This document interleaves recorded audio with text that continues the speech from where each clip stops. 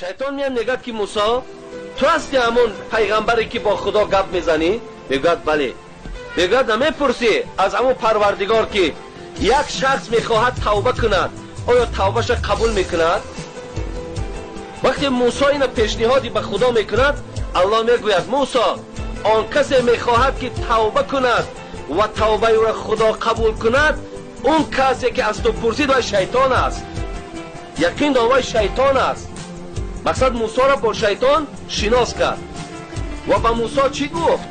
گفت برو با شیطان بگو اگر رفته قبر حضرت آدم اگه دوره حضرت موسی در آدم مردگی بود که حضرت آدم اگر رفته قبر همو را زیارت کند در زیر قبر همو سجده کند من توبه شیطانم قبول بکنم. غزالی میگه وقتی که موسی همین پیشنهاد به شیطان کرد او شیطان گفت پروردگار میگوید توبهش قبول میکنم زمانی که اگر قبر آدم سجده کند.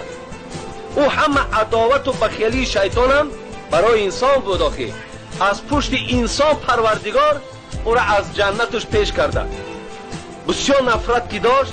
بعد چی گفت؟ بعد گفت ای موسی گفت این آدم گفت در جنت حیات بود زنده بود من سجدش نکردم اکنون گفت او زیر خاک است اکنون وای مرد است من رفته قبرش سجده میکنم نگو سجده نمیکنم. گفت ببین دشمنی را ببینین عداوت را ببین.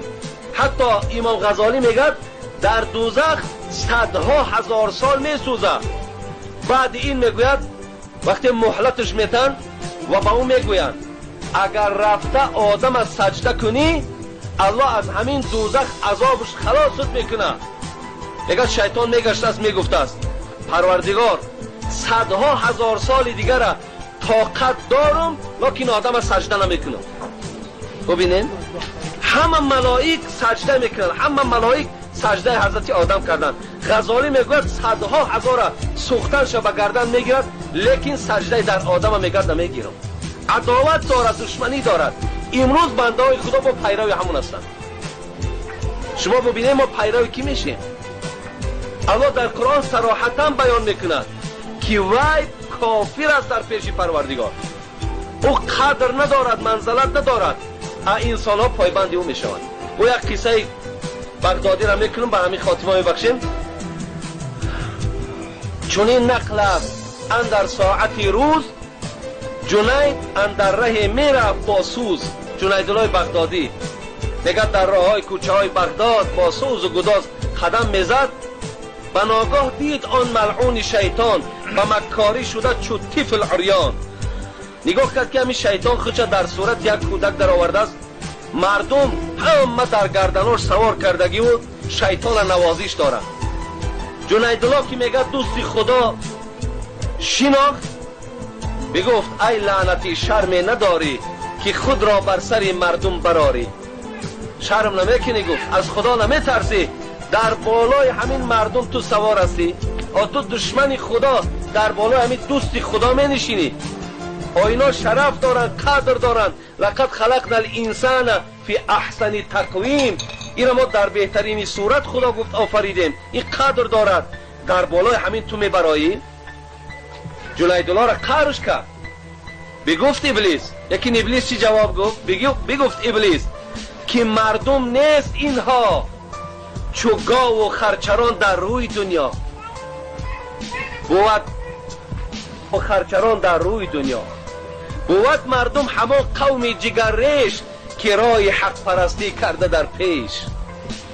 گفت جنیدالله گفت تو در راه درو. گفت اینایی که من سوار میشم اینا اصلا از من هم گنده هستند. اینا همش هم قوم منن.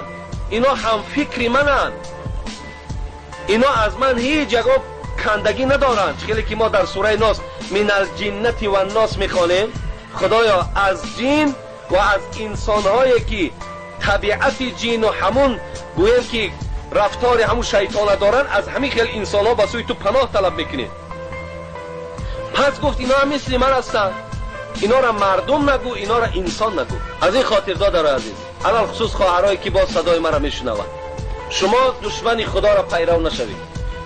زیرا الله گفت وقتی که شیطان مهلت گرفت گفت خدای تا روز قیامت اجازتم بده من همین بندگاری تو را در اغوا اندازم، همینا را از راه های درست بیراه کنم. خدا مهلتش داد و گفت کسی پیروی تو می شود همراه تو سرنگون در دوزخ می پرده.